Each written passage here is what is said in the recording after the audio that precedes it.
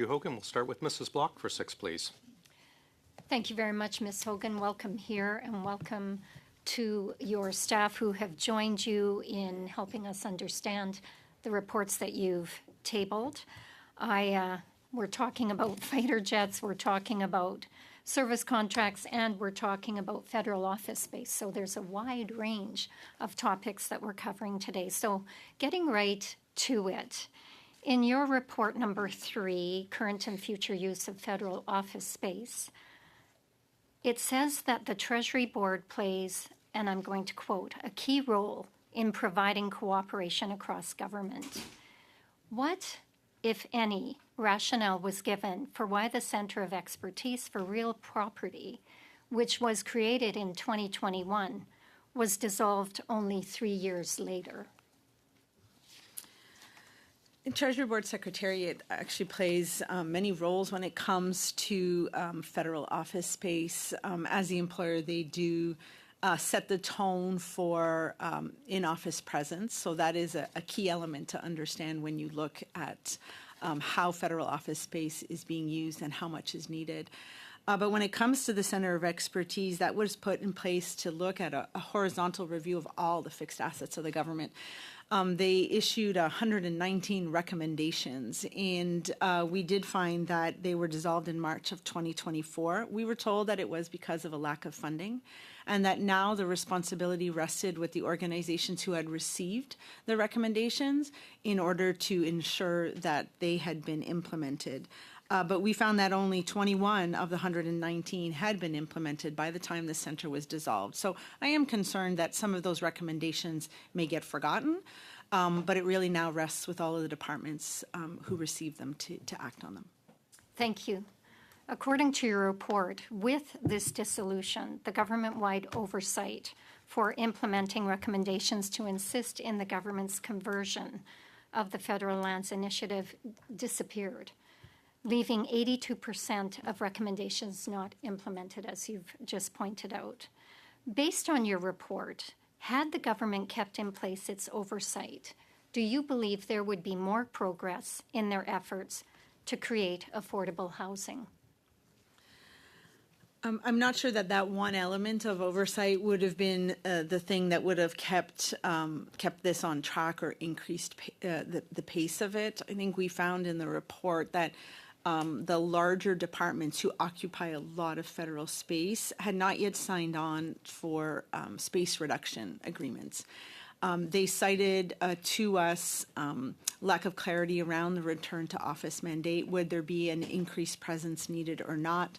The space needed to deliver on their mandate. So there's many elements. While oversight is always a good mechanism to have to ensure that people stay focused on recommendations and the end game, I don't think I would say it's the only reason that there's been lack of progress. So based on your audit, how much would it have cost to keep the oversight program running? I know they were given, I believe it was $5 million in 2021. How much would it have cost to keep the oversight program running compared to how much it has cost by the delays since its dissolution? I'm not sure I could give you a number. The funding that was received was funding done over 3 years, and it was meant to do the heavy legwork of doing the whole fixed asset review and then coming up with the recommendation. So it would stand to reason that you would need less people to consider to continue on oversight. But that would be a question better asked, I think, to the Treasury Board as what they would have thought would have been needed to maintain a more consistent level of oversight. Did the government provide any rationale for why they did not implement the recommendations on their own? No, I don't think there was one reason. There's 119 of them, and it stands to reason that some of them have long lead times when you're looking at disposing of underutilized buildings. It's not like there was a building that was sitting vacant. So it meant you had to figure out which was the best building to be in, consolidate departments and agencies into a building.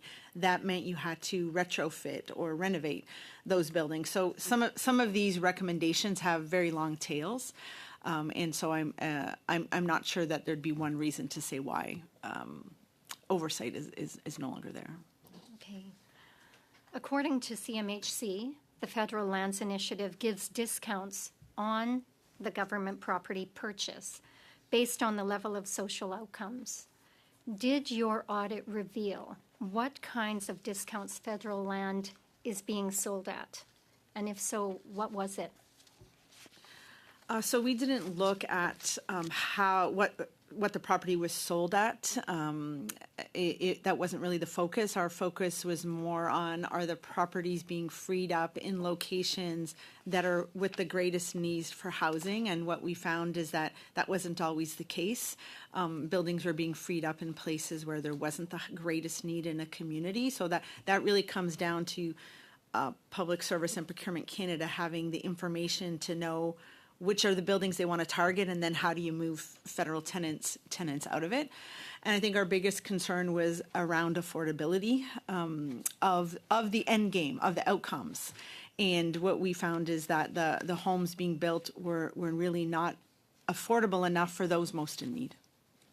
Thank you very much. Thanks very much.